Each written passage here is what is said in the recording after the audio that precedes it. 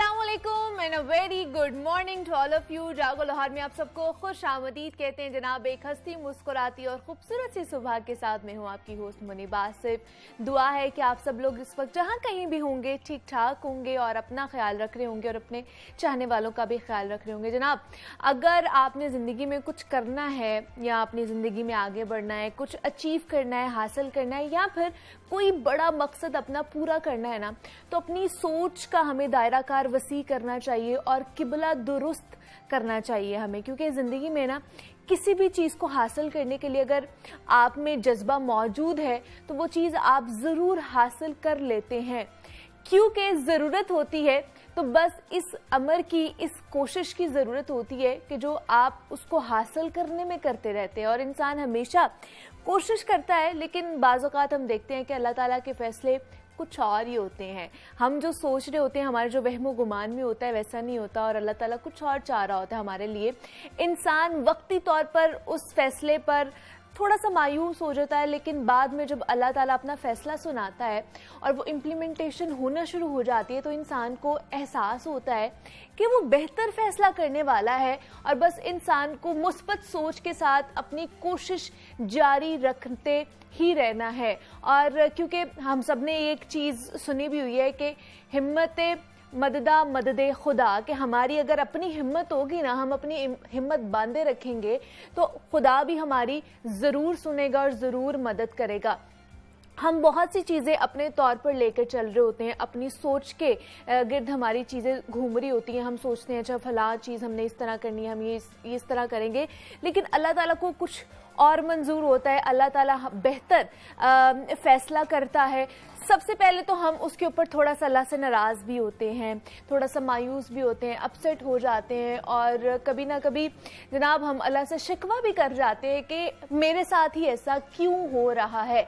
लेकिन जब वो वक्त आता है और जब हमारे साथ उस फैसले की वजह से अच्छा होना शुरू हो जाता है तो फिर हम अल्लाह ताला का शुक्र अदा भी करते हैं और फिर उस वक्त में हम सोचते हैं कि अच्छा ही हुआ कि मेरे साथ ये हुआ, तभी मैं आज इस मकाम पे खड़ी हूँ या खड़ा हूँ या मेरे साथ इस वक्त अच्छा हो रहा है। तो इसलिए वक्त आने पर पता चल जाता है जनाब कि हमारे फैसले या अल्लाह के फैसले हमारे लिए कितने अच्छे साबित हो रहे हैं। सिर्फ हम लोगों ने किस तरह चलना होता है, मुस्बत सोच के साथ अपनी ज़िंदगी में आगे बढ़ना होता है। क्योंकि मुस्बत सोच का ही सारा कमाल है जनाब, सारा काम ही मुस्बत सोच के। अगर आप अच्छे तरीके से पॉजिटिव थिंकिंग के साथ अपनी ज़िंदगी में आगे चलेंगे ना तो सब चीज़ें ही अच्छा होना शुरू हो जाएंगी। आप किसी नेगेटिव चीज़ में भी उसकी अच्छाई ढूंढ लेंगे और अगर आप नेगेटिव सोच के साथ ही चलेंगे तो फिर कोई अच्छी चीज़ भी आपके साथ हो रही होगी ना, उसमें भी आप बुराई ढूंढ ही लेंगे और अपने आप को तो डिप्रेशन का शिकार बनाएंगे, एंजाइटी का शिकार बनाएंगे। लेकिन आपके इर्द गिर्द जो लोग होते हैं, जो आपसे वाबस्ता होते हैं, जो आपसे लिंक्ड लोग होते हैं, वो भी इस चीज़ से बहुत ज़्यादा डिस्टर्ब्ड रहते हैं। तो इसलिए आप भी खुश रहिए और जो आपके साथ रहने वाले लोग हैं उन्हें भी खुश रखिए। तो ये आज का जनाब मेरा पैगाम था जो मैंने आपके साथ शेयर किया है। तो उम्मीद करती हूँ कि जनाब आप भी इसके ऊपर अमल करेंगे, अपनी ज़िंदगी में यूं ही आगे बढ़ते जाएंगे और आप भी खुश रहेंगे। और जो इर्द गिर्द के लोग हैं, ख़ास तौर पर जो हमारी फैमिली होती है, वो हमारे लिए बहुत ज़्यादा कॉम्प्रोमाइज़ करती है, बहुत ज़्यादा कुर्बानियाँ देती है, तो उनके लिए जनाब हमें खुश रहना चाहिए क्योंकि बहुत ज़्यादा ज़रूरी है। वो हमें खुश देखते हैं ना तो जनाब वो ऑटोमेटिकली खुश होना शुरू हो जाते हैं क्योंकि वो हमें बहुत ज़्यादा प्यार करते हैं और उनका प्यार किसी मकसद की खातिर नहीं होता, वो बेलौस होता है। तो जो बेलौस हमसे मोहब्बत करते हैं ना तो उनके लिए हमारे भी कुछ कहले के फ़राइज़ होते हैं जो हमने उनके लिए सर अंजाम देने होते हैं। तो ये एक पैगाम था जो मुझे लगा कि आज के दिन के मुनासबत से आपके साथ मुझे शेयर करना चाहिए। अब आगे बढ़ते हैं और इवेंट्स ऑफ द डे पर नज़र डाल लेते हैं।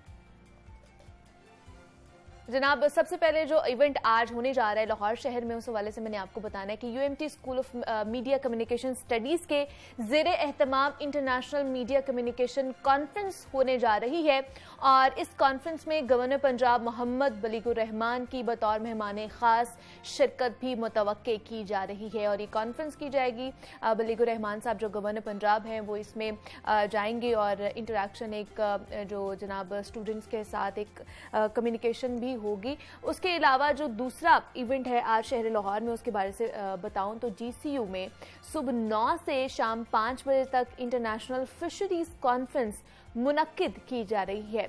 तीसरे इवेंट के हवाले से बात कर ले तो LDA स्पोर्ट्स कॉम्प्लेक्स जौहर टाउन में अर्बन लिविंग एनवायरनमेंट लाहौर के हवाले से एक तकरीब का इनाकाद किया जा रहा है। चौथा इवेंट है बागे गुल बेगम खामोशा दरबार पर तरक्याती कामों की इफ्तिताही तकरीब होगी और मियां असलम इकबाल मेहमान खसूसी इस तकरीब में शिरकत करेंगे। लास्ट पे जो आज होने जा रहा है event, university of veterinary and sciences में 13वां कॉन्वोकेशन आज होने जा रहा है और गवर्नर पंजाब मोहम्मद बलीगुर रहमान की बतौर मेहमान खास इस कॉन्वोकेशन में भी शिरकत जाहिर की जा रही है और मुतवक्के भी है। तो ये आज जनाब 5 यूनिवर्सिटीज़ के हवाले से यहाँ पे इवेंट्स ऑफ द डे थे जो आज हमने आपके साथ शेयर की हैं, जो आज पूरे लाहौर में होने जा रहे हैं, जो नुमाया रहने वाले हैं आज इवेंट्स ऑफ द डे। बहुत ही मशहूर और मारूफ शख्सियत है जिनकी आज डेथ एनिवर्सरी बरसी मनाई जा रही है। मारूफ दानश्वर हैं जमीलुद्दीन आली को हमसे बिछड़े आज 7 बरस बीत चुके हैं। जमीलुद्दीन आली ऐसी ही एक तख्लीकी शख्सियत थे, हरूफ जिनके ताबे थे। उन्होंने तमाम जिंदगी हरूफ को अपनी मर्जी से बरता, जिस सिनफे सुखन में चाहा वहां पर रो दिया और ये इनकी खुदादाद सलाहियत थी जिसमें उनका कोई भी सानी नहीं था। मारूफ अदीब, शायर, दानिश्वर, निकाद, कॉलम नगार डॉक्टर जमीलुद्दीन आली 20 जनवरी सन 1925 को दिल्ली के एक इल्मी घराने में पैदा हुए थे। उन्होंने बेक वक्त शायर, अदीब, मुहक्किक, कॉलम निगार के तौर पर अपनी सलाहियतों का लोहा भी मनवाया और अदबी किताबों के अलावा उनके सफरनामों में दुनिया मेरे आगे, तमाशा मेरे आगे, आइलैंड और हुर्फे शामिल है। और जमीलुद्दीन आली 3 साल तक उर्दू डिक्शनरी बोर्ड के सरबराह भी रहे हैं और उन्होंने बहुत सारे मिली नगमे भी लिखे हैं जिनमें बहुत सारे आ जाते हैं। हम मुस्तफवी हैं, ए वतन के सजीले जवानों, जीवे जीवे पाकिस्तान, मेरा पैगाम पाकिस्तान, इतने बड़े जीवन सागर में बहुत ज़्यादा ही ये मशहूर नगमे हैं जो उन्होंने लिखे हैं। और उन्होंने 6 शेरी मजमुए और 4 सफरनामे भी तहरीर किए हैं। तो आज उनकी जनाब 7वीं बरसी मनाई जा रही है। तो जनाब इस हवाले से आज उनको याद किया जा रहा है। और एक और आज मशहूर शख्सियत है जिनकी बरसी आज मनाई जा रही है। तो आज पाकिस्तान से ताल्लुक़ रखने वाले जनाब यहाँ पर कह दें कि पाकिस्तान क्रिकेट टीम के मारूफ खिलाड़ी हैं अहमद शहजाद हैं, आज उनकी भी बर्थडे मनाई जा रही है। तो जनाब अहमद शहजाद को हमारी तरफ से, जागो लाहौर की पूरी टीम की तरफ से, दुनिया मीडिया ग्रुप की तरफ से जनाब बर्थडे बहुत बहुत मुबारक हो। Happy birthday to Ahmad Shahzad. और जनाब पाकिस्तान क्रिकेट टीम के मारूफ खिलाड़ी हैं और अहमद शहजाद पाकिस्तान पश्तून खानदान में 23 नवंबर 1991 को पैदा हुए थे और अहमद शहजाद मारूफ कबीले अफरीदी से ताल्लुक रखते हैं और एक पाकिस्तानी बैनुल-अक़वामी क्रिकेटर भी हैं और वो एक ओपनिंग बल्लेबाज हैं जिन्होंने अपने करियर का आगाज अप्रैल 2009 में ऑस्ट्रेलिया के खिलाफ पाकिस्तान के लिए वनडे इंटरनेशनल और T20 इंटरनेशनल से किया था। और अहमद शहजाद BPL 2011 और 12 में सबसे ज्यादा रन्स बनाने वाले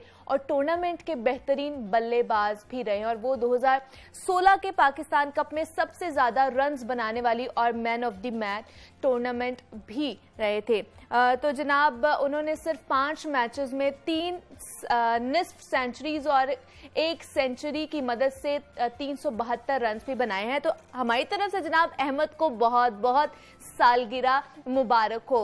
और एक और आज शख्सियत हैं जिनकी बरसी मनाई जा रही है, पाकिस्तान से ताल्लुक़ रखने वाले उर्दू के मशहूर मारूफ नावल निगार हैं, अफसाना निगार और शायर हैं M असलम की बरसी है और 39वीं बरसी है आज उनकी। M असलम 6 अगस्त 1885 को लाहौर के एक मुअज़्ज़ज़ ख़ानदान में पैदा हुए और उनका असल नाम मियाँ मोहम्मद असलम था।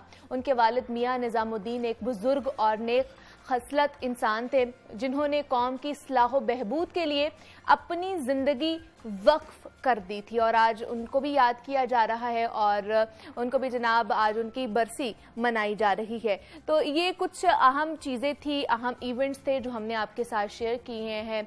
मज़ीद भी आपसे बात करेंगे टॉपिक के ऊपर और बहुत से जो गेस्ट हैं उनसे आपकी मुलाकात करानी है। आप एक छोटी सी ब्रेक लेंगे, मिलते हैं इस ब्रेक के बाद।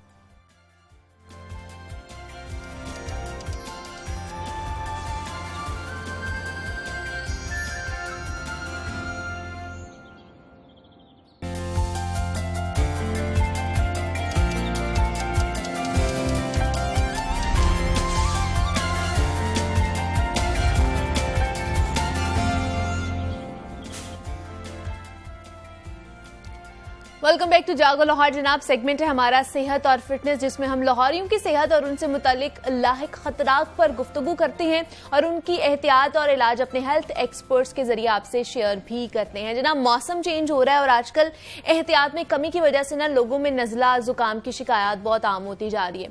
असल में लोगों में सेहत के हवाले से कोई मुनासिब शऊर नहीं है, जिस वजह से जुकाम को एक मामूली बीमारी समझकर हम लोग इग्नोर कर देते हैं। हालांकि अगर इसको संजीदा ना लिया जाए तो बाज़ औक़ात मुश्किल हालात का हमें सामना भी करना पड़ जाता है, जिसमें आंखों में पानी का आना, नाक में सोजिश हो जाती है या जख्म भी बन जाते हैं और खास तौर पर सांस लेने में बहुत ज्यादा मुश्किल भी पेश आती है और बाज़ औक़ात फेफड़ों में भी इंफेक्शन बनना शुरू हो जाता है। फ्लू आसानी से एक शख्स से दूसरे शख्स में स्प्रेड हो जाता है और इस मौसम में हमें खास तौर पर घर में बच्चों को और हमारे जो बुजुर्ग हजरात होते हैं उनका खास तौर पर हमें ख्याल रखना चाहिए, क्योंकि बच्चों और बुजुर्गों में जो कुव्वत मुदाफ़त होती है, इम्यूनिटी होती है, वो कदरे कम होना शुरू हो जाती है, जिस वजह से ये बीमारी उन पर जल्दी अटैक करती है और ठीक होने में भी वक्त ले जाती है। तो इस मौसम में इन वायरल बीमारियों से हम कैसे बच सकते हैं, क्या क्या एहतियाती तदाबीर अपनाई जानी चाहिए, बात करेंगे। हमारे साथ मौजूद है जनाब डॉक्टर फौजिया अशरफ हैं, वायरोलॉजिस्ट हैं और ये तमाम तर वायरल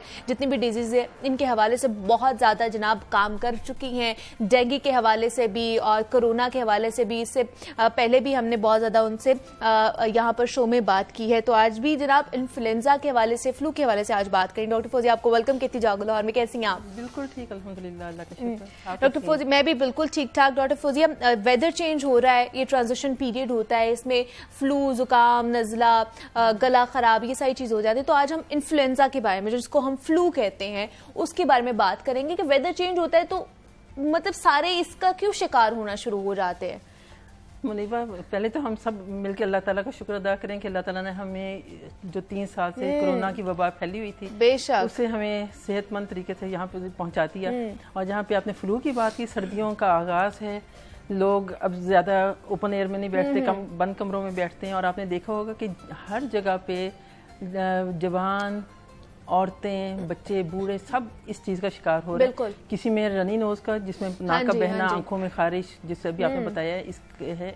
अब ये आपको डॉक्टर्स को भी, जो हमारे क्लिनिशियंस हैं जिनको फिजिशियंस कहते हैं, एक 2 ग्रुप्स में कर लेते हैं ना हम। एक होते हैं जो डिटेक्ट करते हैं, जैसे हम लोग हैं, हम लैब में काम करते हैं, और जो एक डॉक्टर्स होते हैं जिसमें पुल्मोनोलॉजिस्ट आ जाते हैं, उसमें फिजिशियंस आ जाते हैं, कार्डियोलॉजिस्ट आ जाते हैं, जो मुख्तलिफ बीमारियों का इलाज करते हैं। सही। अब दोनों का रोल क्या है इसमें, अवाम का क्या रोल है और हम लोगों का क्या रोल है। देखिए, सर्दियों का आगाज़ है, कोरोना अभी ख़त्म हो गया था, अक्टूबर तक हम डिटेक्ट कर रहे थे। ये 1 महीना था तकरीबन 15 अक्टूबर से लेकर अब नवंबर के आज तक कि जब हमने कोई डिटेक्ट नहीं किया। हमारे पास आ रहे हैं लेकिन नॉट डिटेक्टेड आ रहे हैं। दैट मीन्स कि अभी हमारे पास पॉजिटिविटी ऑलमोस्ट नील है। ठीक है। लेकिन आपको ये भी पता होगा कि चाइना में अभी दोबारा केसेस बढ़ना शुरू हो गए, क्योंकि ये वायरस है। और मैं अपने जो सबका प्रोग्राम है उनमें आपको बताती रही हूँ कि वायरस है और आरएनए वायरस है जो अपनी हैयत चेंज करता है, साख चेंज करता है। और जब वो चेंज करता है तो वो it's a very smart organism कि ये पैरासाइट है, इसने इंसान की या जानवर की मशीनरी इस्तेमाल करनी होती है, अपना सर्वाइवल ढूंढना होता है। अच्छा। अब किसी एक पेशेंट में जिसकी इम्यूनिटी कम थी, उसके अंदर चला गया, उसने अपने आप को रीऑर्गेनाइज किया, स्ट्रॉन्ग कर लिया और फिर दूसरों में फैलना शुरू हो गया। अच्छा, ये तो बात होगी कोरोना की। लेकिन जहाँ पे फ्लू का ताल्लुक है, ये सीज़न है जहाँ पे कौमी इदारा सेहत यानी WHO और आलमी इदारा सेहत दोनों ने, WHO और NIH, उन्होंने एक एडवाइजरी रिलीज़ की है। एडवाइजरी रिलीज़ की उन्होंने पंजाब पब्लिक हेल्थ केयर जो है इसके लिए कि आप जितने यहाँ पे हेल्थ केयर प्रोफेशनल्स हैं उनको बताएं कि फ्लू बहुत तेज़ी से फैल रहा है। सही, ठीक है। और उसके लिए 2021 में NIH USA ने, यहाँ तो हमारा इस्लामाबाद में तो उनका जो ऑफिस है वो तो यहाँ का है ना, लेकिन जो NIH USA उन्होंने पूरे पाकिस्तान वाइड उन्होंने हमारी जिन्ना हॉस्पिटल की लैब को पल्मोनरी पैथोजन लैब डिक्लेयर कर दिया। और वो जाहिर उन्होंने अपनी वर्किंग की, उन्होंने हमें कुछ सैंपल्स भेजे, हमने उनको टेस्ट किया, उन्होंने देखा जो रिजल्ट्स असल में होने चाहिए वो रिजल्ट्स हम जिन्ना हॉस्पिटल में प्रोड्यूस कर रहे हैं। तो इसका सारा इंफ्रास्ट्रक्चर भी हमने BSL 3 पहली लैब थी यहाँ पे हमने तभी से शुरू कर दिया था टेस्टिंग। अब तक तकरीबन 29,100 केसेस आए हैं, सिर्फ ये फ्लू के, सिर्फ फ्लू के। और उसमें जो टेस्ट किए गए और उसमें जो पॉजिटिविटी आई है तकरीबन 900 कुछ टेस्ट पॉजिटिव आए हैं सिर्फ हमारे जिन्ना हॉस्पिटल में। जो मैंने इनको पहला पैनल चेक करके भेजा वो ग्रुप था 80 सैंपल्स का जो कि पॉजिटिव सैंपल्स थे। और इसमें भी आपको मैं बताऊं कि इसमें भी 4 स्ट्रेन्स हैं फ्लू की जो आजकल फैली हुई हैं। अच्छा, ठीक है। और इसके खिलाफ वैक्सीन भी है, ठीक है। अब वही हम 2-3 इसको सतहों पे समझ लेते हैं कि एक तो फैलाव इसका बहुत आराम से हो जाता है क्योंकि सर्दियां हैं, हम बैठेंगे, आप जुड़ के बैठते हैं, हाँ, डिस्टेंस नहीं मेंटेन किया होता है। देखिए अगर डिस्टेंस ना भी हो, हाँ, कोरोना का तो ये था ना कि आप के जो जर्रात मुअल्लक हो जाते थे हवा में, इसमें भी उसी तरह आप बात करें तो हवा में फैल रहा है, ठीक है। एक तो पर्सन टू पर्सन इसका ट्रांसमिशन है, दूसरा जिसका नाक बह रही है, ये मेरा अपना पर्सनल एक्सपीरियंस कल का मैं बताऊं आपको। मैं I was on my way back from hospital, तो मैं रुकी हूँ बेकरी, मैं अपने बेटे के लिए जूस ले जाती हूँ, उसको पसंद है। वहाँ पे 3 लोगों ने जिन्होंने उठाया, अच्छा मैंने वो चीज छोड़ दी क्योंकि he had a runny nose, okay, अपने नाक को उसने किया, फिर मैंने उसको कहा, मैंने कहा बेटा ग्लव्स, तो कहता कि मैडम कुछ नहीं होता, उसी के ऊपर उसने ग्लव पहन लिया। हाँ। अभी देखिए ये है छूत की बीमारी, आम जुबान में छूत की बीमारी है, हाँ। जहाँ पे आप टच करेंगे वहाँ पे वो वायरस रह जाएगा, ठीक है। कितनी देर तक रहता है डिपेंड करता है, अगर मैं उससे पकड़ती उसी वक्त पकड़ लेती और मैं भी अपने नाक को हाथ लगा, मतलब अगर मुझे अवेयरनेस ना होती तो मैं पकड़ लेती और पकड़ के मैं पैसे देते हुए उसको भी ट्रांसमिट करती, उससे मुझे होता, मुझसे कैशियर को होता, कैशियर से लेते हुए मैं घर चली जाती, जहाँ पे वहाँ पे बेगर को भी पैसे देती तो उसको भी ट्रांसमिट हो जाता है, आके घर में बच्चे को भी दे देती। 5 लोग तो ये अफेक्ट हो जाने थे, ठीक है। तो ये फ्लू का सीजन है, इसमें एहतियात 2 ग्रुप्स में बहुत इंपॉर्टेंट है जो एडवाइजरी दी गई है, हमें अभी परसों रिसीव हुई है, बल्कि अब तो उन्होंने NIH ने हर प्रोविंस में उन्होंने सेंटिनल साइट्स बना दी, ठीक है। हमारी तो पहले से डिक्लेयर थी लेकिन अब KPK में, बलोचिस्तान में, कराची में हर जगह हो गई है ये। और वहाँ का मकसद क्या है कि जो हमारे पास सैंपल्स आ रहे हैं हम वहाँ पे टेस्ट कर रहे हैं उनकी, और कर रहे हैं PCR टेस्टिंग से, जिसमें जरासीम की डायरेक्ट उसका जो उसका न्यूक्लिक एसिड होता है वो डिटेक्ट हो जाता है और इसकी एक्यूरेट डायग्नोसिस। अच्छा, जो आप बता रही हैं कि इसके भी डिफरेंट स्ट्रेन्स हैं, इन्फ्लुएंजा के भी, तो डिफरेंट स्ट्रेन्स में different he science and symptoms होंगे इस चीज के, या वो एक ही जैसे होंगे? देखने में आप देखिए, मैंने आपको पहले बताया कि 8 किस्म के डिफरेंट ऑर्गेनिजम्स हैं जो कि फ्लू या फ्लू लाइक सिम्टम्स देते हैं। अच्छा। और जो टर्मिनोलॉजी हम यूज करते हैं साइंटिफिकली, अब तो काफी अवेयरनेस हो गई है लोगों को, उसको कहते हैं सारी, यानी सीवियर एक्यूट रेस्पिरेटरी सिम्टम्स, ठीक है, और इन्फेक्शन जो होते हैं, सीवियर एक्यूट रेस्पिरेटरी इन्फेक्शन सारी, और ILI stands for influenza like illness, ठीक है। अब इसमें आ जाता है किसी को बुखार हो, ठीक है, खांसी हो, ठीक है, बुखार हो, खांसी हो, हमने उनके सैंपल्स इकट्ठे किए, उसमें हमने मल्टीप्लेक्सिंग की, एक ही टेस्ट के अंदर हमने उसमें देखा कोविड किसको है, किसको इन्फ्लुएंजा है, किसी अगर इन्फ्लुएंजा नहीं है तो और भी राइनो वायरसेस है, मतलब अब यहाँ पे डिफरेंट वायरसेस हैं, वो सारी डिटेक्ट हो जाती हैं, ठीक है। जो मैं 2 दफा पैनल्स भिजवा चुकी हूँ और वहाँ पे वो सीरोटाइपिंग होगी और वो हेल्प करेगी हमें 2 तरीके से, एक तो ये कि इसका फैलाव कहाँ से हो रहा है और दूसरा वैक्सीनेशन में, ठीक है। अब ये जो हमारी एडवाइजरी आई है उसमें ये है कि 2 किस्म के जो ग्रुप्स हैं उसमें इन्फ्लुएंजा का रेट हमने कम करना है, उसमें विजिलेंट हमने रहना है, हमने डॉक्टर्स को भी बताना है, अवाम को भी बताना है कि एक तो प्रेग्नेंट फीमेल्स, ठीक है, अगर उनको इन्फ्लुएंजा होता है तो दे मस्ट गेट वैक्सीनेटेड, ठीक है, फ्लू वैक्सीन है, और वो जिसको क्वाड्रिवेलेंट कहते हैं, जिसके अंदर 4 सीरोटाइप्स के अगेंस्ट जो है आपकी प्रोटेक्शन हो जाती है। अब देखें, और दूसरा ग्रुप है 6 माह से लेके 5 साल के बच्चों तक। ठीक है, बच्चे हैं हमारे, ओके, उनका भी जरूर करवानी है आपने वैक्सीनेशन, क्योंकि इनमें 5 से 6 जो हैं फ्लू अटैक्स सालाना नॉर्मल होते हैं। लेकिन इसमें डिपेंड करता है, कुछ बच्चे जो हैं मतलब इम्यूनो कॉम्प्रोमाइज भी होते हैं, और डिटेल में जाने की जरूरत नहीं। और तीसरा ग्रुप जो है वो हमारे हैं एल्डरली, हमारे बुजुर्ग जो हैं, हाँ। बुजुर्ग, उनमें भी 2 किस्म के हैं ग्रुप्स। एक तो जिनकी सिर्फ 65 साल से ज़्यादा उम्र के लोग हैं, उनकी इम्यूनिटी कम हो जाती है, उसमें हम एडवाइस करते हैं कि आप फ्लू वैक्सीन जरूर लगवाएं अक्टूबर के एंड में। अच्छा, ये कितनी एफिशिएंसी है ये फ्लू वैक्सीन में, कितनी देर तक चलेगी? Very effective. वो इस तरीके से है कि जो वायरस है ना, इसकी अगर आप साख्त देखें तो एक इसका पोर्शन कांस्टेंट होता है और एक वेरिएबल होता है। अच्छा, जो वेरिएबल होता है उसके मुताबिक सालाना वैक्सीन बनती है। ठीक है, जो जिस तरह अब सीजन आया, हम अभी रिसर्च कर रहे हैं ना, तो इसके अगेंस्ट वैक्सीन तैयार हो जाएगी जो अगले साल अक्टूबर में लगेगी। ओके, अगर तो ये वायरस अपने आप को चेंज नहीं करता फिर तो 100% इफेक्टिव, और अगर चेंज कर लेता तो एक कांस्टेंट तो है ना, सही, उसके अगेंस्ट तो आपकी इम्यूनिटी डेवलप हो जाएगी। तो कम से कम आप बीमारी की शिद्दत से बच जाएंगे। जिस आपने बताया कि आपको निमोनिया हो जाता है, निमोनिया भी हो जाता है बच्चों को भी और बड़े बुजुर्गों को भी खास। और ये वायरस तो वायरल इन्फेक्शन है, इसमें अगर खुदा ना खासा एडमिशन तक बात पहुंच जाए कि हॉस्पिटलाइज होना पड़े, तो वहाँ पे एंटीवायरल्स भी देते हैं हम।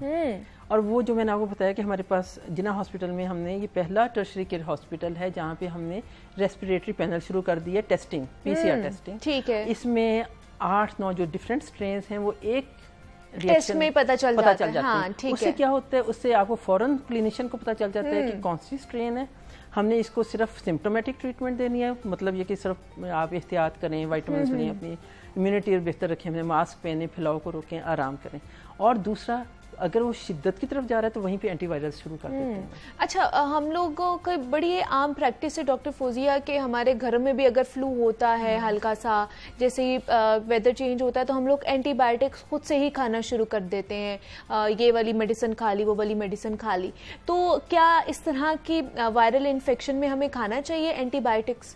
Very good question. आपका बहुत आम है कि किसी को पता चलता है वो कहते हैं लो एंटीबायोटिक खा लो। हाँ, दैट्स वेरी बैड। उसका एक और प्रोग्राम है जो हम यहाँ पे इम्प्लीमेंट कर रहे हैं। अच्छा, और I am the focal person for that is called AMR, anti microbial resistance programme. ठीक है, ये है कि एंटीबायोटिक्स के अगेंस्ट डेवलप हो जाती है रेजिस्टेंस। देखिए, जब वायरस डिफरेंट है, जब आपकी वजह ही नहीं बैक्टीरिया के अगेंस्ट एंटीबायोटिक देते हैं, वायरस के अगेंस्ट अगर आपको बहुत शिद्दत की तरफ जा रही है तो फिर आपको सिर्फ पल्मोनोलॉजिस्ट या आपका फिजिशियन वो देगा, एंटीवायरस देगा, ताकि शॉर्टकट हो जाए, आपका हॉस्पिटलाइजेशन कम हो जाए। कि जितनी देर आप हॉस्पिटल में रहेंगे वहाँ पे और तरह के मुख्तलिफ किस्म के जरासीम होते हैं, हाँ। जरासीम होते हैं, और वो ऐसे जरासीम होते हैं, तरह तरह की मेडिसिन मिल रही होती हैं, तरह तरह के लोग आ रहे होते हैं, वो वहाँ पे रेजिस्टेंट बैठे होते हैं। बिल्कुल ऐसे ही है। ठीक है, तो उसको कट डाउन करने के लिए अगर आपका फिजिशियन, अगर आपका जो तिब्बी माहिर है वो समझता है मुआयना करने के बाद आपको बहुत ज़रूरत है, आप खुदा ना खास्ता कोई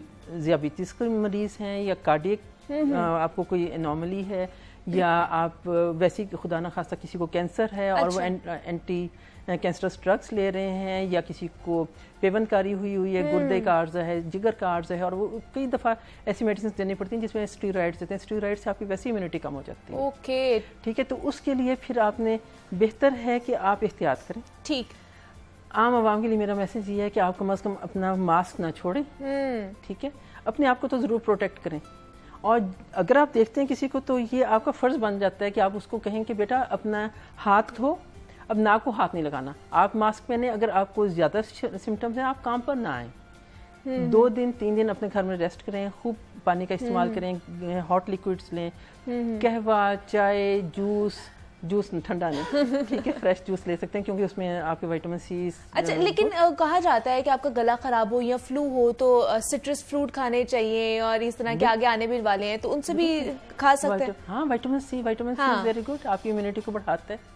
और सीजन है, गर्म सर्दियां आ गई हैं, आप क्लियर सूप्स लें, जिस तरह का भी आपको पसंद है वैसा। अच्छा, बच्चों के हवाले से और खासतौर पर बुजुर्गों के हवाले से डॉक्टर फौजिया बताएं, उनकी इम्यूनिटी को किस तरह बूस्ट किया जा सकता है, किस तरह के विटामिन उन्हें खाने चाहिए, डाइटरी हैबिट्स उनकी किस तरह की होनी चाहिए?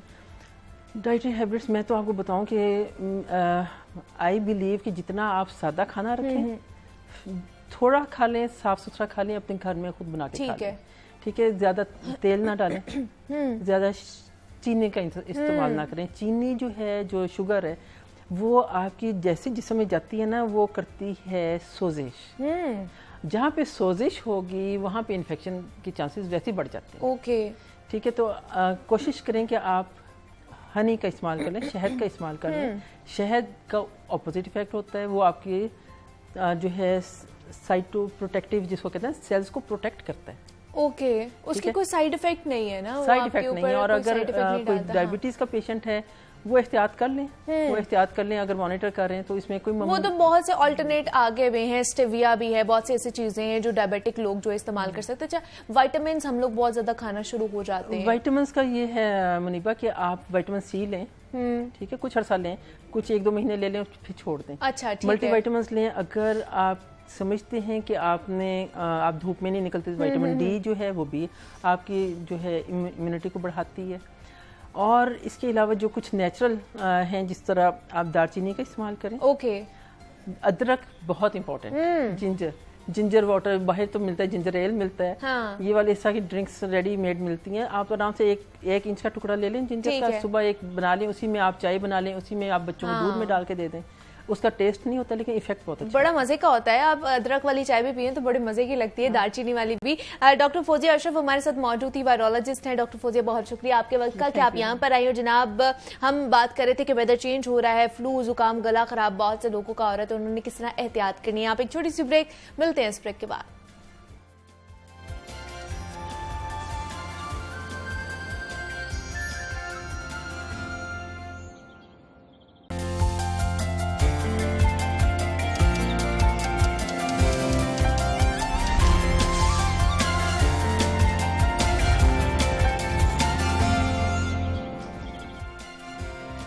वेलकम बैक टू जागो लाहौर। जनाब, ब्रेक से वापस आ चुके हैं और सेगमेंट है हमारा लाहौर की दुनिया, जिसमें हम लाहौर और लाहौर से जुड़े मसाइल का जिक्र करते हैं और उस पर डिस्कशन भी करते हैं। लाहौर पंजाब का दारुल हुकूमत होने के साथ साथ एक अहम तिजारती और कारोबारी मरकज भी है और मुल्क की मईशत को संभाला देने में एक अहम किरदार भी अदा करता है।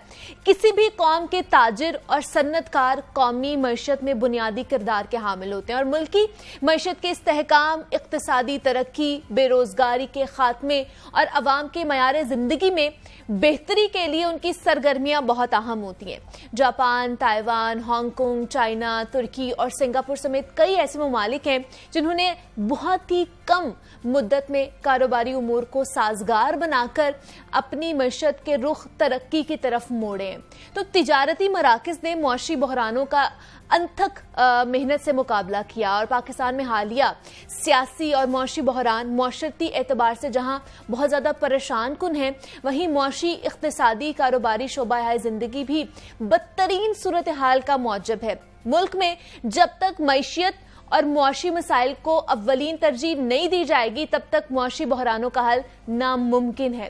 मुल्क में सियासी और इक्तिसादी मुस्तहकम मुआशी अमल के लिए जरूरी है कि बहरान हल किए जाए और ये तभी मुमकिन हो सकता है जब तमाम स्टेक होल्डर्स सर जोड़कर बैठेंगे, मुशावरत का साथ बैठकर कोई एक फैसला करेंगे, पॉलिसीज बनाएंगे। इसके लिए सरमायाकारों, ताजिरों और हुकूमती ओहदेदारान की बहुत ज्यादा जरूरी है। उसके लिए चैम्बर्स ऑफ कॉमर्स का एक अहम किरदार भी सामने आता है। तो लाहौर की ताजर बरादरी के मसाइल के हल करने के लिए लाहौर चैम्बर ऑफ कॉमर्स क्या क्या इकदाम उठा रहा है, इस पर आज हम जनाब बात करेंगे। हमारे साथ इस वक्त मौजूद है प्रेसिडेंट है Lahore chamber of commerce and industries के काशिफ अनवर साहब हमारे साथ मौजूद हैं। काशिफ साहब, आपको वेलकम कहती हूं जागो लाहौर में। कैसे हैं आप? जी बिल्कुल ठीक, अल्हम्दुलिल्लाह। काशिफ साहब, कहा जाता है कि आप लोग खास तौर पर जो चैम्बर के लोग होते हैं, ये एक ब्रिज के तौर पर काम कर रहे होते हैं। ताजिरों में और गवर्नमेंट में एक ब्रिज होता है, मीडियम होता है।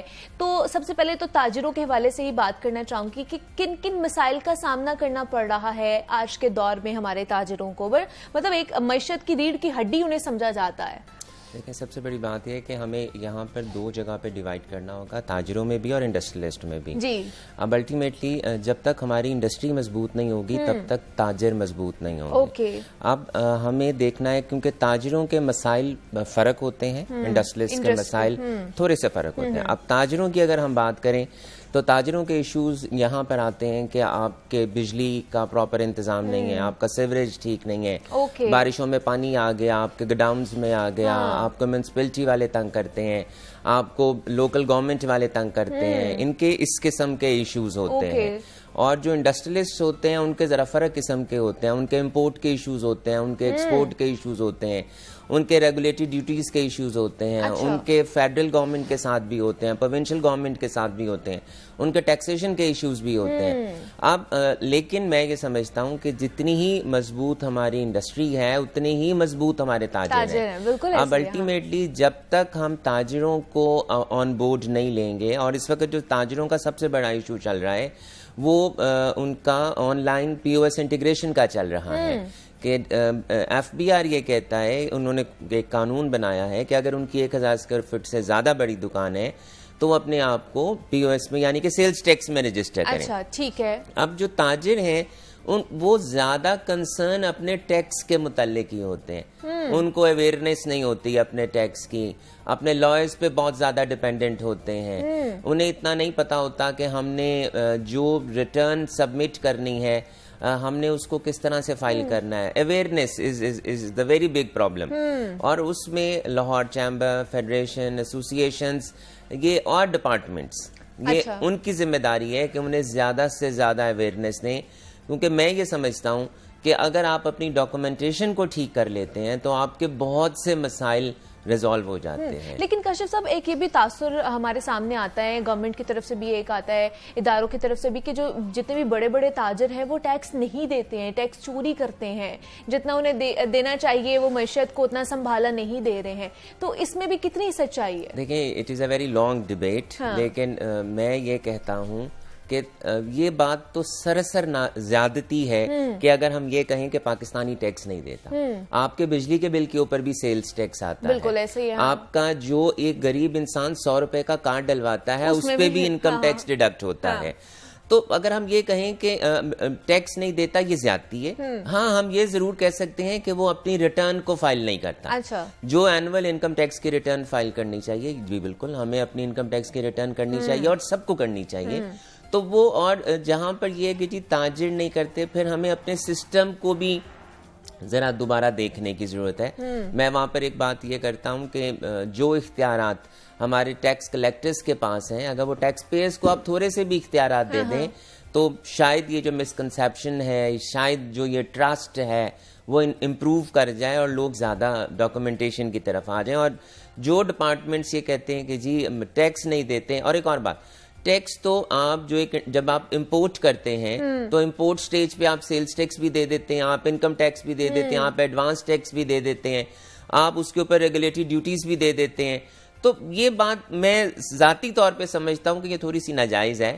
ये बात हमें करनी चाहिए कि यस, हम अपनी रिटर्न की फाइलिंग नहीं करते, हम प्रॉपर डॉक्यूमेंटेशन नहीं करते, हम टाइमली डॉक्यूमेंटेशन नहीं करते जो हमें करनी चाहिए। अच्छा, जिस तरह एड्रेस हम लोग कर रहे हैं ताजिरों के, इंडस्ट्रियल्स के जो भी प्रॉब्लम्स है, क्या इनको अब उतना परसू किया जा रहा है, आगे लेके जाया जा रहा है सोल्यूशन की तरफ? गवर्नमेंट भी अब आपको थोड़ी संजीदगी दिखाते हुए नजर आ रही है? देखें, I want to apprise the provincial government, the federal government कि पिछले दिनों कमिश्नर साहब से मुलाकात हुई, डिप्टी कमिश्नर साहब से मुलाकात हुई, सेक्रेटरी एनवायरनमेंट से मुलाकात हुई, लाहौर चैम्बर, सब ये साहिबान आए, और मैंने जो थोड़ा सा एक चेंज देखा है, they want to facilitate you. वो ये चाह रहे हैं कि आप बताएं, जिसकी एक मिसाल कमिश्नर साहब से हमारी मुलाकात हुई, तो एक बहुत बड़ा प्रॉब्लम हमारे पार्किंग प्लाजास का है। अब हमें इस बात को भी समझना चाहिए कि स्टेट के पास पैसे नहीं है। अब अगर हम पब्लिक प्राइवेट पार्टनरशिप के साथ, हम स्टेट के साथ कुछ काम कर लें तो उसमें देखें हमारी जिम्मेदारी बनती है। लेकिन अब जैसे कमिश्नर साहब ने ये कहा कि उन्होंने 7 प्लेसेस को आइडेंटिफाई किया है, जिसमें से 3 पे पार्किंग प्लाजास बनने के लिए जा रहे हैं, तो एक बहुत बड़ा हमारे ताजरों का एक मसला हल होगा। अब हम बाकी भी डिपार्टमेंट्स, और एक और बात है कि हमारी आवाज का ना उठाया जाना। अगर और प्रॉपर प्लेटफॉर्म से ना उठाया जाना। अच्छा। तो देखें, इन चैम्बर्स का, एसोसिएशंस का यही रोल है कि वो अपने जो कम्युनिटी के प्रॉब्लम्स हैं उनको प्रॉपरली हाईलाइट करें, प्रॉपर प्लेटफॉर्म तक पहुंचाएं और फिर उसको परसू भी करें। It is very important. उठाकर हमें सो नहीं जाना, एक इशू को उठाकर हाईलाइट करके हमको उसको परसू भी करना है। सिर्फ एक ही दिन हमने आवाज उठाई, उसके बाद सोचा कि अब शायद हल हो जाएगा। तो ऐसे हल नहीं होते। और जो एक बहुत वाज़ेह सी बात है, हमें ये समझना चाहिए, जो मैं दोबारा एक बात कर रहा हूँ, कि स्टेट के पास पैसे नहीं है और हम सबको, चाहे वो गैर मुल्की पाकिस्तानी हों चाहे वो मुल्की पाकिस्तानी हों, उन्हें अपना रोल अदा करना चाहिए और स्टेट को भी अपने अखराजात में कमी करनी चाहिए। लेकिन हमने देखा कि जैसे ही गवर्नमेंट चेंज हुई, वफाकी हुकूमत अगर देखा जाए तो उन्होंने इंपोर्ट एक्सपोर्ट पे भी बैन लगा दिया। मतलब सबका यही कहना है एक्सपर्ट्स का कि बहुत जल्दबाजी में ये फैसला किया गया था। तो आपको क्या लगता है कितना नुकसान उठाना पड़ा है सिर्फ इस फैसले की वजह से हमें? देखिए, ये ज़ाती तौर पर ये बिल्कुल सही फैसला था गवर्नमेंट का। इसलिए सही था कि हमारे पास किटी में रिजर्व्स नहीं थे, हमारे पास डॉलर्स नहीं थे। अब IMF का ये अल्लाह ताला की बहुत करम नवाजी है पाकिस्तान के ऊपर कि पाकिस्तान ने डिफॉल्ट नहीं किया। देखें, हम खुश हो रहे थे ना, हमने सबको आपस में मुबारकबाद दी कि जी पाकिस्तान ने डिफॉल्ट नहीं किया। फिर हमने इस बात पे भी मुबारकबाद दी कि पाकिस्तान ग्रे लिस्ट से बाहर निकल आया। हाँ। फिर हमने इस बात पे भी मुबारकबाद दी कि 6th और 7th और 8th रिव्यू हमारा हो गया। अब हम 9th रिव्यू की तरफ जा रहे हैं IMF के। तो देखें, ये एक ऐसे इश्यूज हैं कि हमें अब हमारा सैलाब भी आया, कितना बड़ा नुकसान हो गया, हमारे लाइफ स्टॉक का, हमारा जानी नुकसान हो गया, हमारी फार्मिंग का नुकसान हो गया, हमारा बहुत कीमती जानी नुकसान बहुत ज्यादा हो गया। अब बात यह है कि हमारी किसी ने भी कहा कि हम आपकी फाइनेंशियल एड नहीं कर रहे, हम आपको पैसे नहीं दे रहे। एक ट्रस्ट फैक्टर का बहुत बड़ा गैप आ गया है बिटवीन द एजेंसीज और पाकिस्तान में। हमारे पास हमारी एक्सपोर्ट्स नहीं बढ़ पा रही, हमारी इंपोर्ट्स बढ़ती जा रही हैं। अब जो ये फैसला किया गया, जो आपका सवाल था, अब अल्टीमेटली हमें कटेल करनी है अपनी इंपोर्ट्स। लेकिन मैं फिर वहां पर ये डिस्कस करूंगा कि at the cost of our local industry. हमने चैप्टर 84, 85, अब उसमें क्या है, उसमें मशीनरी इंपोर्ट नहीं हो रही। उसमें आपके टूल्स इंपोर्ट नहीं हो रहे। आपने बहुत से रॉ मटेरियल्स ऐसे हैं जिनको 100% कैश मार्जिन पे ले आए हैं। 100% कैश मार्जिन का मतलब ये है कि अगर आपने LC खोलनी है तो उतनी मालियत के पैसे आपको बैंक में रखने होंगे और फिर आपकी LC खुलेगी। आपने बहुत से आइटम्स ऐसे हैं जो बैन लिस्ट में आ गए हैं। तो अब बात यह है कि जब तक हमारी किटी में पैसे नहीं आएंगे, जब तक हमें, और उसकी बहुत सी वजूहात हैं कि हमारी किटी में शॉर्टेज क्यों हो गई। मैं उस पे नहीं जाना चाहता। मैं I don't want to talk about the past. मैं प्रेजेंट की बात कर रहा हूँ। हम सिर्फ क्रीम की बात कर रहे हैं, हम बाकी डिटेल्स में बाद में जाएंगे। प्रेजेंट में हमें ये समझना चाहिए ईश्वर। लेकिन फिर we are again very grateful to the state कि उन्होंने, ठीक है, हमारे बहुत से इम्पोर्टर्स का, हमारे बहुत से ताजिर भाइयों का, हमारे बहुत से इंडस्ट्रियलिस्ट का नुकसान हुआ है। लेकिन देखें, खुदा ना खास्ता अगर हम डिफॉल्ट कर जाते तो क्या होता? तो फिर आप बिटवीन द टू इविल्स में से लेस इविल को आप चूज करना पड़ता है आपको। तो we are again very grateful to the state कि वो फिर भी 84 और 85 के अगेंस्ट जितनी कंसाइनमेंट्स आई हुई हैं वो उसको रिलीज करते जा रहे हैं। वी होप इंशाल्लाह कि with the passage of the time. And और एक और बड़ी जरूरी बात है, आपके पॉलिटिकल स्टेबिलिटी बहुत जरूरी है for your economic stability. Exactly, हाँ। तो this is not our fault, हम पाकिस्तानियों का और हम अवाम का ये कसूर नहीं है। लीडरशिप को बैठना एक पेज के ऊपर कि देखिए, हमने जो 1000 नुमाइंदगान 22 करोड़ अवाम के इलेक्ट करके हमने भेजे, तो हमारी किस्मत का फैसला तो उनके हाथ में है। तो उन्हें फैसला करना है ना कि they have to sit at one page और वो हमारी किस्मत का सही फैसला करें। तो जब तक हमारी पॉलिटिकल स्टेबिलिटी नहीं आएगी, हमारे मुल्क में इकोनॉमिक स्टेबिलिटी नहीं आएगी। और ये हम इसी तरह क्राइसिस में जाकर आएंगे। It is very clear.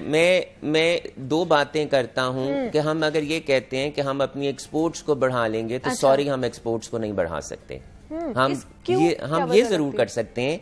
हमने अपना जो हमारी जो प्रायोरिटी लिस्ट है, हमने उसमें एक्सपोर्ट्स को नंबर 1 रखा है, टू इंक्रीज इन एक्सपोर्ट्स, और उसके बाद हमारी प्रायोरिटीज हैं। मैं ये कहता हूं कि आप टू इंक्रीज एक्सपोर्ट्स को नंबर 2 प्रायोरिटी पे ले आए, एंड टू रिड्यूस इंपोर्ट्स को नंबर 1 प्रायोरिटी पे ले आए, एंड इंक्रीज इंडस्ट्रियलाइजेशन। एग्जैक्टली, अपनी लोकल इंडस्ट्री को बूस्ट करें, आप उसके इंपोर्ट सब्स्टिट्यूशन की तरफ जाएं। और अगर आपका एक इंडस्ट्रियलिस्ट आपको टैक्स नहीं भी देता, तो उससे कहीं दूसरी इंडस्ट्री लगाओ इस मुल्क के अंदर, इस मुल्क में इन्वेस्टमेंट करो।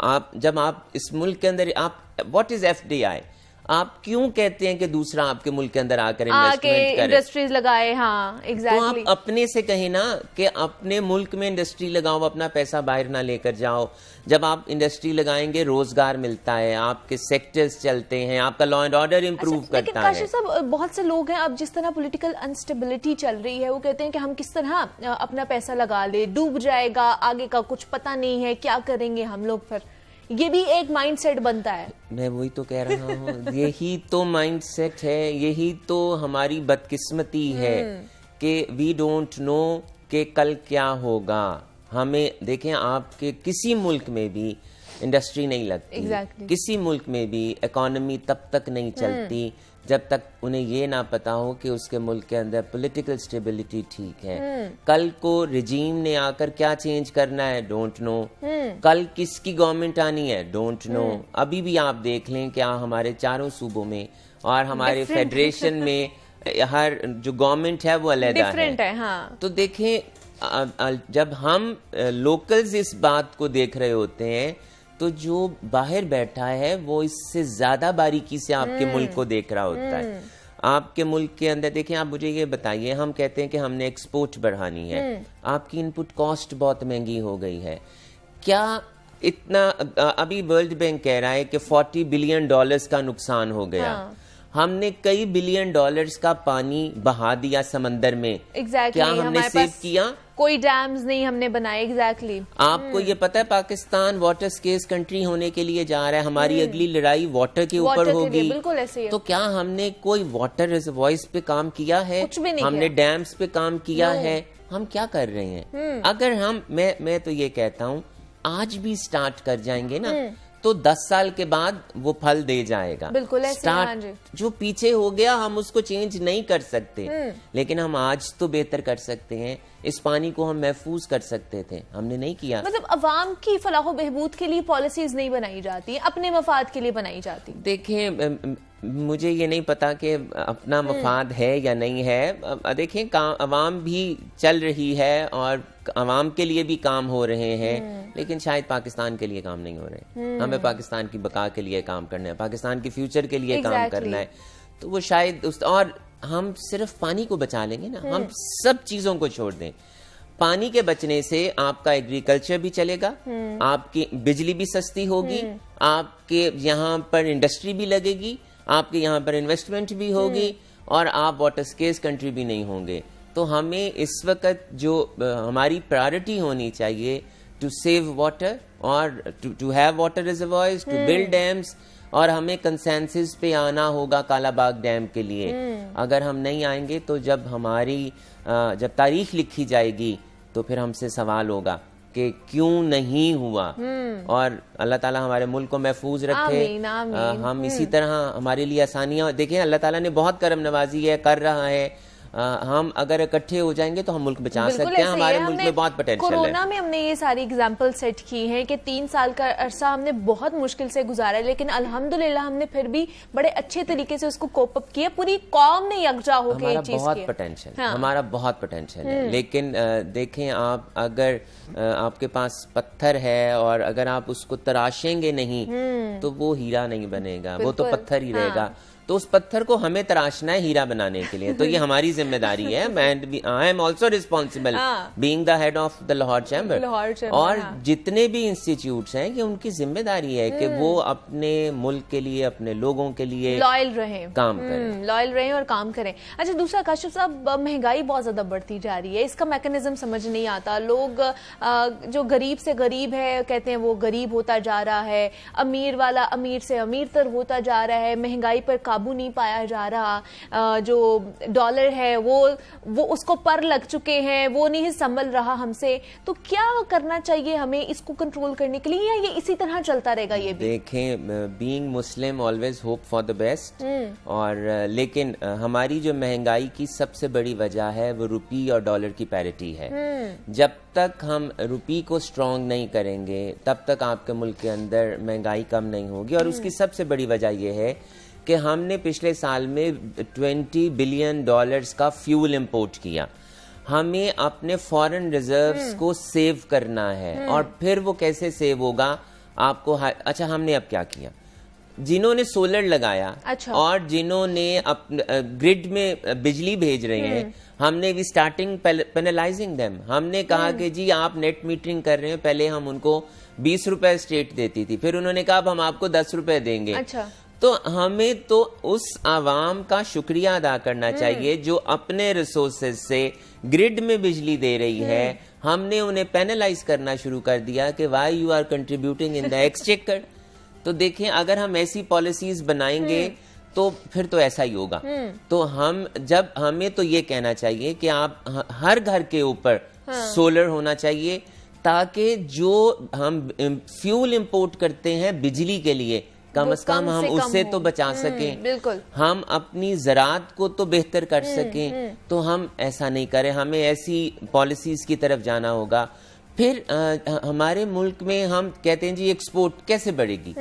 आपकी बिजली का 50 रुपए का यूनिट है, हम कैसे compete करेंगे इंटरनेशनल मार्केट में।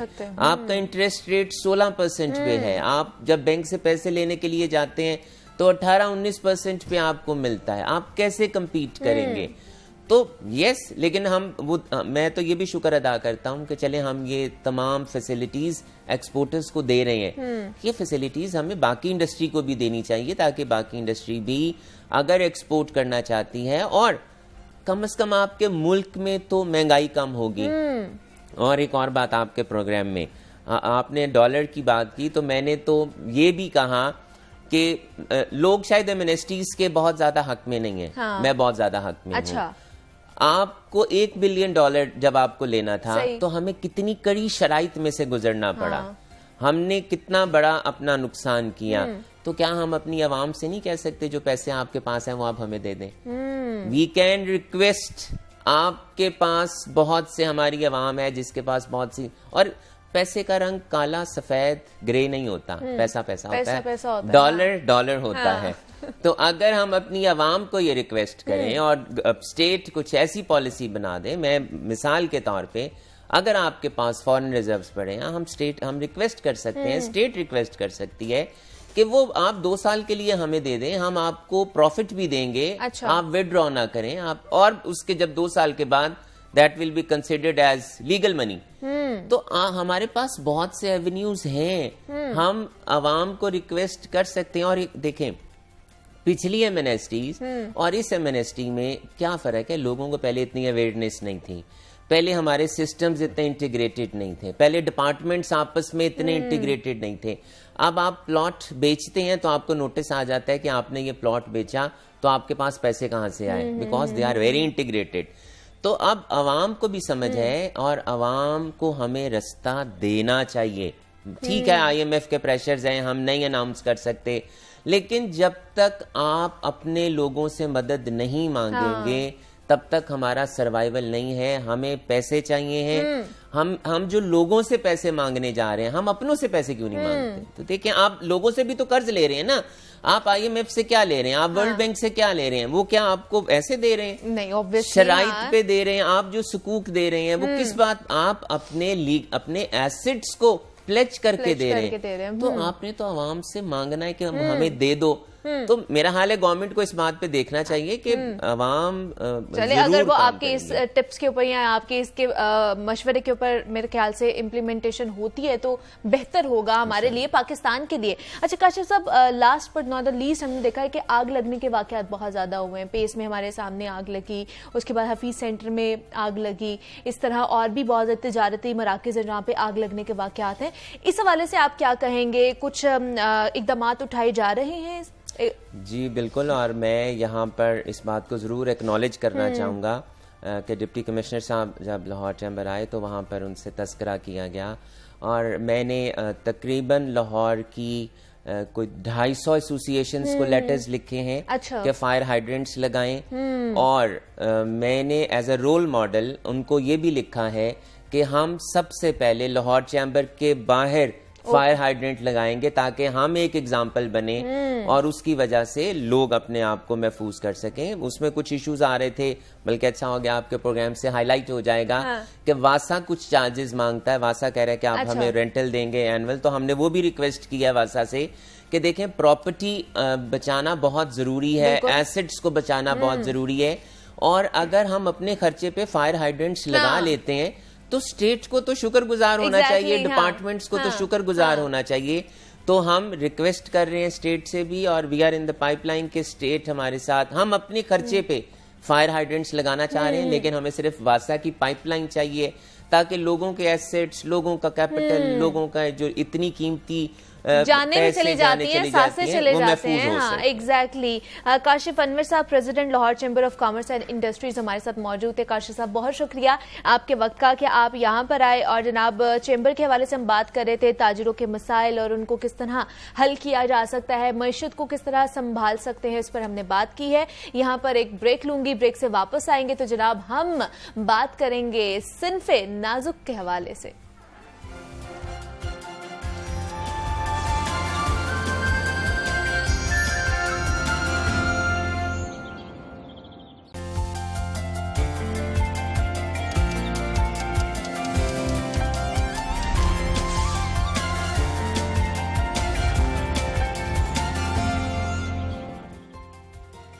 वेलकम बैक टू जागो लाहौर। जनाब, सेगमेंट है हमारा आज की किताब और इस सेगमेंट में प्रोफेसर अहमद हमाद साहब हमारे साथ मौजूद होते हैं, शायर हैं, मुसन्निफ हैं और आज वो किस किताब के साथ हमारा तारुफ करवाने जा रहे हैं उन्हीं की तरफ चलते हैं और आज का तारुफ उनसे सुनते हैं। जी अहमद साहब, बताइएगा। बहुत शुक्रिया Muniba.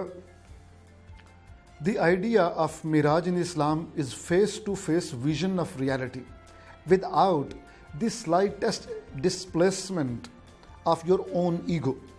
It is impossible to forget the words of the Muslim poet who said of the Prophet this much: Musa ज़े-होश रफ्त बयक जलवाए सिफात, मूसा ज़े-होश रफ्त बयक जलवाए सिफात, तू ऐने ज़ात में नगरी दर तबस्समे।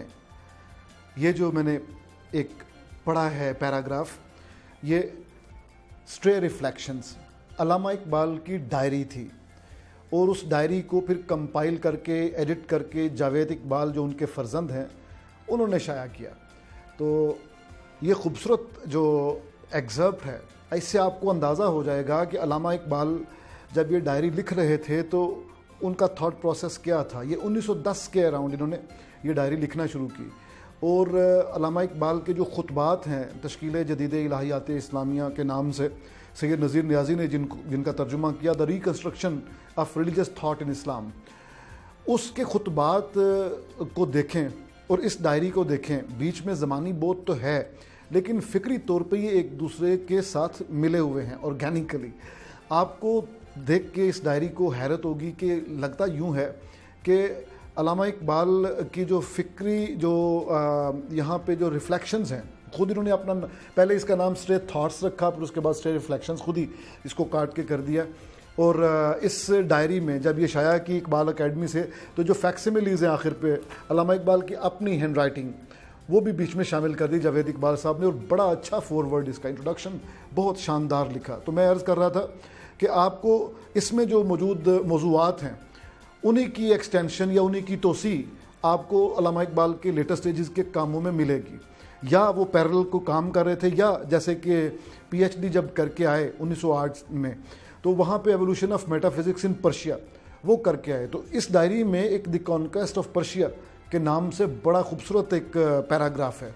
तो यानी उन्होंने पहले से लिखा हुआ एक अपना जो डॉक्टरल थीसिस है उसका क्रक्स इस पैराग्राफ में एक इस तरह से आप देख सकते हैं कि वो हमें मिल गया।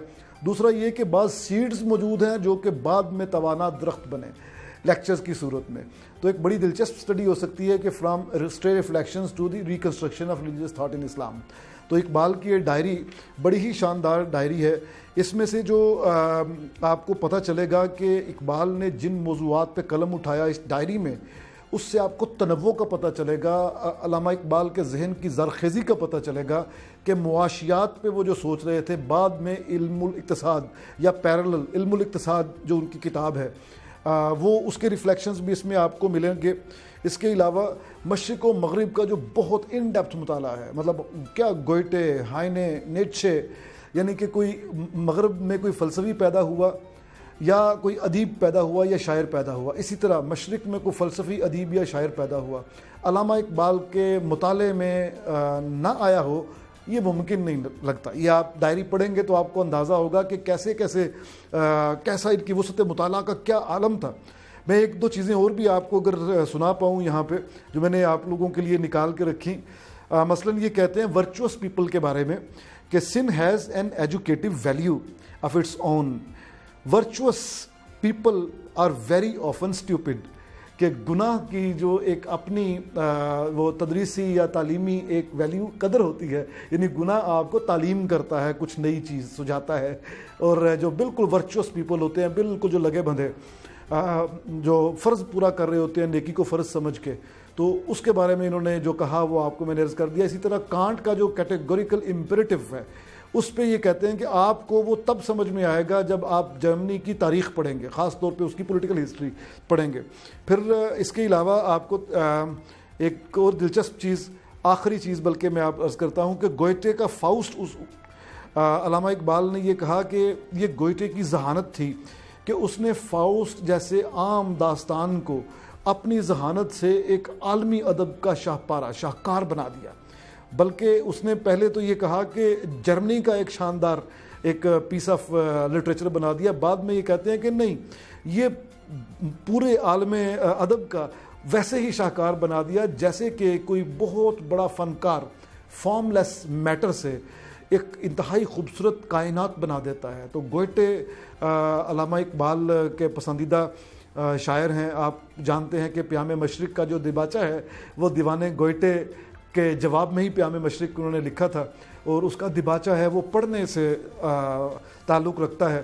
तो मेरा ये ठीक है जी। प्रोफेसर अहमद हमाद साहब हमारे साथ मौजूद थे और आज की किताब के हवाले से उन्होंने हमें बताया है। प्रोफेसर साहब, आज के लिए आपका बेहद शुक्रिया। जनाब, अब आगे बढ़ना है, और जिस तरह मैं ब्रेक पर जाने से पहले बात करी थी कि सिन्फ़ नाजुक के हवाले से हम बात करेंगे, और सिन्फ़ नाजुक अब किसी से भी पीछे नहीं रही हैं। हमारी जो लड़कियाँ हैं, हमारी ख़वातीन हैं, पाकिस्तान की जो लड़कियाँ हैं, बेटियाँ हैं, जनाब, वो पाकिस्तान का नाम तो रोशन कर ही रही हैं, वो चाहे खेल का मैदान हो, एजुकेशन में हो, जनाब मईशत में अपनी तरक्की के हवाले से किरदार अदा कर रही हैं। इसके साथ साथ सेल्फ डिफेंस के हवाले से भी जनाब वो बेमिसाल हैं, अपनी मिसालें कायम करती जा रही हैं। और हमारे जैसी, मेरी जैसी जो लड़कियां हैं, जो बाहर निकल के उन्होंने काम करना होता है, रोज़ाना की बुनियाद पर बाहर जाना होता है, ऑफिसेज, यूनिवर्सिटी, कॉलेजेस का रुख करना होता है, उनके लिए जनाब ये एक बहुत अच्छी एग्जाम्पल सेट की गई है। और बिस्मा शाहिद के हवाले से मैं बात करूंगी। अभी सबसे पहले जनाब गुजरात यूनिवर्सिटी की स्टूडेंट है, 3rd सेमेस्टर की स्टूडेंट है। हुआ कुछ यूं कि 2 दिन पहले एक खबर हमारे सामने आती है कि बिस्मा और उनकी वालिदा बस स्टैंड पर बस का वेट कर रही होती हैं, और लगभग यही टाइम था, उन्होंने यूनिवर्सिटी जाना था। वहां पर 2 लड़के बाइक पर आते हैं, उन्होंने जनाब चादर वगैरह ली हुई है, डाकू है, डकैती करने आए हैं। उन्होंने बिस्मा का पर्स छीनने की कोशिश की। बिस्मा ने वहां पर जनाब एक्टिवली रिएक्ट किया और उनको फौरन से डिफेंस किया, और जनाब जब उन्होंने पर्स छीनने की कोशिश की उसके बाद उन्होंने पिस्टल निकाली, और इतना मेरे ख्याल से उन्होंने एक्टिवली बिहेव किया या रिएक्ट किया कि जनाब वो उसके ऊपर भी नहीं घबराई, ना ही डरी थी कि शायद गोली चल जाएगी, खुदा ना खास्ता, या उनको डराने की कोशिश की जा रही है। तो इतना स्टैमिना, मैं तो कहूँगी ये इतनी हिम्मत कहाँ से पैदा हुई बिस्मा के अंदर, इनसे जानने की कोशिश करेंगे। टेलीफोन लाइन पर हमारे साथ बिस्मा शाहिद ही मौजूद हैं, और ये जो बहादुरी की एक मिसाल उन्होंने कायम की है, उनसे जानते हैं जनाब उस टाइम क्या सिनेरियो था, क्या उनके माइंड में था, और किस तरह उन्होंने उन डाकुओं को पकड़ा, और वहां पर जब बाकी लोग भी आ गए उन्होंने उनकी मदद की, और फिर उन्हें थाने भी मुंतकिल किया गया है। तो बिस्मा, आपको वेलकम कहती हूँ जागो लाहौर में। कैसी हैं आप? अल्हम्दुलिल्लाह, आप बताएं। मैं भी बिल्कुल ठीक ठाक। बिस्मा, ये सारा जो सिनेरियो मैंने बताया है अपने देखने वालों को, आपने एक बड़ी बहादुरी की एग्जाम्पल सेट की है। बताइएगा उस वक्त कहाँ से इतनी हिम्मत आ गई? मतलब बड़े बड़े लोग जो है बंदूक के सामने कह जाते हैं कि उनका हिम्मत जवाब दे जाती है, और हमें या हम लड़कियों को सिन्फ नाजुक कहा जाता है, लेकिन पिस्तौल के सामने इतनी हिम्मत कैसे जुटाई आपने? उस वक्त अल्लाह ताला ने साथ दिया था, सिचुएशन ही कुछ ऐसी थी कि समझ नहीं आया कि क्या करना चाहिए, सिर्फ अल्लाह ताला ने हिम्मत दी और सब कुछ हो गया उस टाइम पे। एग्जैक्टली, हिम्मत, और मतलब बड़ा एक्टिवली आपने उस टाइम परफॉर्म किया है वहां पर। हाँ जी। तो उस टाइम क्या लोग नहीं थे जब वो आपके पास आए, आपका पर्स छीनने की कोशिश की? वाकई के हवाले से थोड़ा सा हमारे साथ शेयर कीजिएगा, क्या डिटेल्स थी उस वक्त? मैं और मम्मा खड़े थे स्टॉप पे, बस का वेट कर रहे थे, तो वो दोनों आदमी आए हैं। अच्छा। तो उन्होंने पिस्टल वगैरह निकाली, मुझ पे रखी और मेरा बैग खींचा, मुझसे उसमें मोबाइल था, पॉकेट मनी वगैरह थी, वो लेके भाग में। लेकिन उसके बावजूद भी वो कह रहे थे शूट करो शूट करो शूट करो। तो फिर मैंने उसकी चादर वगैरह खींचने की कोशिश की, उसको किस तरह नीचे गिराने की कोशिश की कि मैं किस तरह से पिस्टल पकड़ूं। तो मैंने उनको धक्का वगैरह दिया, वो लोग बाइक से नीचे गिरा और उनके पास बैग था, वो बैग जो है उनके बैग में फंसा, तो वो दूसरा बाइक उठ नहीं सकी, तो फिर पिस्टल खींचने की मैंने कोशिश। अच्छा बिस्मा, उस वक्त जब ये सारा सिनेरियो हो रहा था और उन लड़कों ने जब आपके ऊपर बंदूक तानी, तो आपकी वालिदा का क्या रिएक्शन था? उन्होंने ये नहीं कहा कि जाने दो इन्हें, इतना रिएक्ट मत करो? नहीं, उस वक्त मम्मा भी डर गई थी, मम्मा थोड़ा पीछे हो गई थी, लेकिन फिर उस वक्त मैंने हिम्मत की और फिर मम्मा भी साथ जो है मेरे, उन्होंने भी फाइट की साथ मेरे। तो वहाँ पे जब बाद में फिर लोग आए, उन्होंने उन डाकुओं को पकड़ा? नहीं पकड़ा तो मैंने था, वो लोग तो पास आए ही नहीं। जब मैंने चीखा पुकार के क्या हो, तुम लोग को शर्म नहीं आ रही मदद करो, तो फिर वो आए और बाद में आकर उनको मारा। ठीक है जी। बिस्मा शाहिद हमारे साथ मौजूद थी जनाब, और सिन्फ नाजुक के हवाले से, या खवातीन या हमारी जैसी जो लड़कियां हैं जो बाहर निकल के काम कर रही होती हैं, उनके लिए इन्होंने बड़ी एक अच्छी एग्जाम्पल सेट की है कि जनाब उन्होंने अपना जो सेल्फ डिफेंस है खुद ही करना है, किसी से डरना नहीं है बाहर निकलते हुए। आपको हमेशा या हमें बहुत ज़्यादा डिमोटिवेट किया जाता है कि बाहर निकलो और ये हो जाएगा वो हो जाएगा, लेकिन जो भी होगा उसका डट कर मुकाबला हमें करना चाहिए। बिस्मा, अभी के लिए आपका बेहद शुक्रिया। एक और सिन्फ नाजुक है जनाब जिनसे हमने आपकी मुलाकात करवानी है, और वो भी हाई लेवल पर जनाब अचीवर कह लूं कि हाई अचीवर है, और एजुकेशनल ट्रैक उनका जो स्पैम है वो बहुत ही अच्छा रहा है जनाब। यूथ एम्पावरमेंट के हवाले से बात करती हैं वो, यूथ से रिलेटेड जितने भी इश्यूज हैं उनको उजागर कर रही हैं, और खुद भी छोटी सी हैं, अभी यूनिवर्सिटी में है, बीएस कर रही हैं। उससे पहले अगर मैं थोड़ा सा उनका बैकग्राउंड बताती चलूं, जनाब मैट्रिक में उन्होंने 95% मार्क्स लिए थे, उसके बाद एफएससी में उन्होंने 98% मार्क्स लिए हैं, और अब जनाब वो यूनिवर्सिटी में हैं। और ये जो तरक्की का तसलसल है ये बढ़ता ही जा रहा है। इसमें उनसे जानने की कोशिश करेंगे, उनकी जर्नी जानेंगे जनाब कि किस तरह इतनी हिम्मत उनमें भी आ गई, और इस तरह जनाब वो पाकिस्तान और अपना और अपने पेरेंट्स का नाम रोशन करती जा रही है, और आगे के क्या उनके फ्यूचर प्लान्स हैं। जन्नत इलियास हमारे साथ मौजूद है जनाब, गुजरांवाला से उनका ताल्लुक है, मैं भी गुजरांवाला की हूँ, और मुझे तो उनसे मिलकर बड़ा अच्छा लगा है, और वो भी बट है और मैं भी बट हूँ। तो जनाब आज ये दो बट जो है ना वो आमने सामने आ चुके हैं। जन्नत, क्या हाल चाल है? ठीक ठाक है? अल्हम्दुलिल्लाह, आप कैसी हैं? मैं भी बिल्कुल ठीक ठाक। जन्नत, एक तो पहले सिन्फ नाजुक थी जिनसे मैंने आपकी भी मुलाकात कराई, अपने देखने वालों की भी मुलाकात कराई, कि ये हमारी जो नौजवान नस्ल है, या जो हमारी अब लड़कियां जिनमें इतनी ज्यादा हिम्मत आती जा रही है, उस पे क्या कहेंगी आप? मैं कहती हूँ बहुत अच्छा चेंज है। आपने जैसे बात की कि वो भी गुजरांवाला से ताल्लुक है उनका, आपका भी है, मेरा भी है, तो मेरे लिए तो इससे ज़्यादा प्राउड मोमेंट कोई हो ही नहीं सकता कि मेरे शहर की लड़की ने इस तरह किया है। और डेफिनेटली अब वो दौर आई थिंक नहीं रहा जो हमारे दादोज के टाइम पे या अम्मियों के टाइम पे था, जिसमें हम लोग ये देखते थे कि वो कहते थे कि लड़कियों को घर की चार दीवारी में रहना चाहिए। जैसे आप यहाँ पर आई हैं, मुझे बहुत खुशी हुई आपको भी देखकर। जैसे मैं हूँ इधर, आई थिंक हम लोगों की इस डेवलपमेंट जिस स्टेज पे हम लोग हैं, आई थिंक मैं तो एक प्रोग्रेस में हूँ और आप भी माशाल्लाह एक स्टेज पे पहुँच चुके हैं। इसमें बहुत ज़्यादा रोल हमारी पेरेंट्स का और बहुत ज़्यादा रोल हमारे सिबलिंग्स का भी होता है, बहुत ज़्यादा रोल हमारा अपना भी होता है। आपकी भी एक स्ट्रगल है और डेफिनेटली आप यहाँ पर मौजूद हैं तो उसी का रिजल्ट है। उसी तरह मुझे जो एक चीज़ बहुत ज़्यादा कैच करती है आज के दौर में कि women are in every field, her field में। मतलब अब nowadays I'm doing BS in economics and business management, और इकोनॉमिक्स शायद कोई ऐसा सब्जेक्ट था जो शायद हम पहले नहीं सोच सकते थे कि फीमेल से एसोसिएटेड होगा, but nowadays we're doing that। और मुझे लगता है कि बहुत अच्छा प्रोग्रेसिव चेंज है कि फीमेल्स को डॉक्टरी से हटाकर और भी प्रोफेशंस में डाला जा रहा है, मीडिया में डाला जा रहा है, और ये मुझे तो बहुत अच्छा पॉजिटिव चेंज है। अच्छा, अगर थोड़ा सा जन्नत आपके बैकग्राउंड में चले जाएं और एजुकेशनल ट्रैक के बारे में बात करें तो ये शुरू से ही इतनी लाइक फाइक और इतने ज्यादा मार्क्स लेने वाली बच्ची थी आप? अल्हम्दुलिल्लाह मुझे कोई प्रॉब्लम ऐसा नहीं हुई है, लेकिन ये है कि इसमें बहुत ज़्यादा हाथ दुआओं का होता है आई फील, क्योंकि मेरी नानू है, मेरी मामा बाबा, they all prayed for me throughout, और उनकी दुआएं मुझे लगती हैं मैं बहुत ज़्यादा कोई लाइक वाइक नहीं हुई, ये नहीं कहूँगी, लेकिन अल्हम्दुलिल्लाह मुझे कोई इतना इशू फेस नहीं करना पड़ा एकेडमिक्स में। मैट्रिक में 95%, एफएससी में 98%, तो मतलब बाकी बहन भाई और कजन्स के फिर क्या कह लें कि फीडबैक आता था कि अच्छा जन्नत इतने मार्क्स ले रही है, फिर उनको डांट पड़ती होगी अच्छा जन्नत इतने मार्क्स ले रही है तो आप लोग भी तो इतने मार्क्स ले सकते हैं ना। खासतौर पर जो लड़के होते हैं ना उन्हें ज्यादा डांटे पड़ी होती है हमारे खानदान में कि अच्छा लड़की है और उसने इतने ज्यादा नंबर ले लिए, तुमने क्यों नहीं लिए, मामू की बेटी ने ये कर दिया, चाचू की बेटी ने ये कर दिया, तो ये बड़ा कंपैरिजन किया जाता है। जी ये तो है। मेरी जो I only have an elder sister, मेरी बड़ी बहन है and she is a doctor माशाल्लाह। तो ये है कि अल्हम्दुलिल्लाह मेरे पेरेंट्स को मैं यही कहूँगी कि एकेडमिक के लिहाज से इतनी टेंशन नहीं हुई।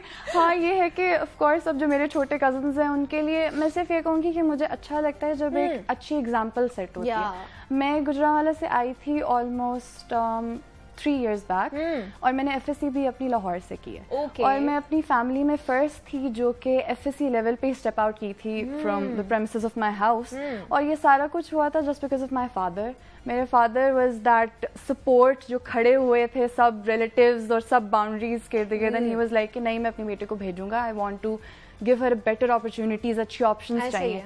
और ये है कि उस एक स्टेप की वजह से मेरी जो आने वाली मेरी जो कजन्स हैं छोटी, या फिर मेरी कजन्स की जो बेटियां हैं छोटी, उनके लिए एक बहुत अच्छा एक जैसे कि आप रिवायत अच्छी कायम हो गई है। अब उनके लिए इतना मुश्किल नहीं होगा जितना मेरे लिए था एक फर्स्ट स्टेप लेना मेरे पेरेंट्स के लिए था। तो I feel very honoured, I feel very relieved जब मुझे ये लगता है कि शायद मेरी वजह से उनका आगे का फ्यूचर अच्छा हो जाएगा। अच्छा, यूथ एम्पावरमेंट के बारे से आप बहुत ज़्यादा काम कर रही हैं, किस तरह के इश्यूज आपको लगता है कि यूथ के भी हैं और उनको रिजॉल्व किया जा सकता है? मैंने फर्स्ट टाइम यूथ पे बात करना शुरू की थी जब मैं बहुत छोटी थी। I was in matric at that time. ठीक है। तो उस टाइम पर जो मुझे लगा था कि एक बहुत ट्रांजिशन होती है, आप एक बच्चे को देखें जब वो मैट्रिक से अपने इंटरमीडिएट लेवल पे आता है, बी इट ए लेवल्स या एफएससी या जो भी, और जब वो एफएससी या ए लेवल से अपनी यूनिवर्सिटी में स्टेप अप करता है।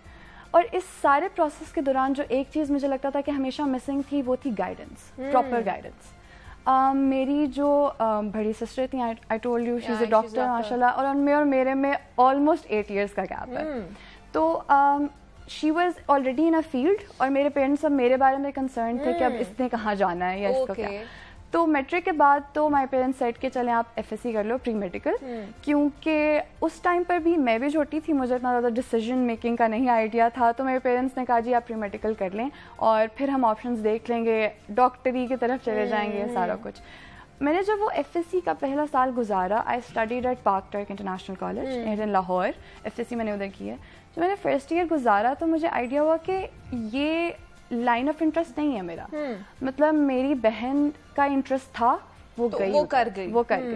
शायद मैं इसको आगे उस तरह से ना लेके जा सकूं क्योंकि मुझे इस चीज़ में इंटरेस्ट नहीं है। सही।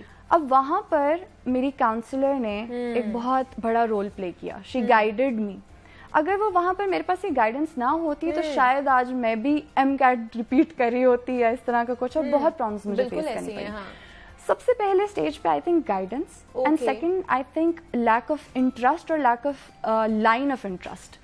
हम लोगों में यूथ में आजकल ये इशू आ रहा है कि हम लोगों को पता नहीं होता कि हम लोगों ने क्या करना है आगे जाकर। एक तो हमें कोई बताने वाला नहीं होता, माँ बाप जो कह दें, बड़े बहन भाई अगर कह दें तो हम चले जाते हैं। मतलब हम एक रेस में लगे हुए होते हैं, पेरेंट्स की तरफ से भी प्रेशर आ रहा होता है, अच्छा सब लोग ये कर रहे हैं, आप भी इसी दौड़ में शामिल हो जाएं। तो ये एक बड़ा अच्छा आपको भी चांस मिला कि आपने पहले अपने आप को एक्सप्लोर किया कि आप ये करना चाहती हैं, नहीं करना चाहती। दूसरा फिर आपके पेरेंट्स ने आपको वो करने का चांस दिया कि अच्छा जो आप करना चाहती हैं आप वो करें, और उसमें आप एक्सेल भी कर रही हैं।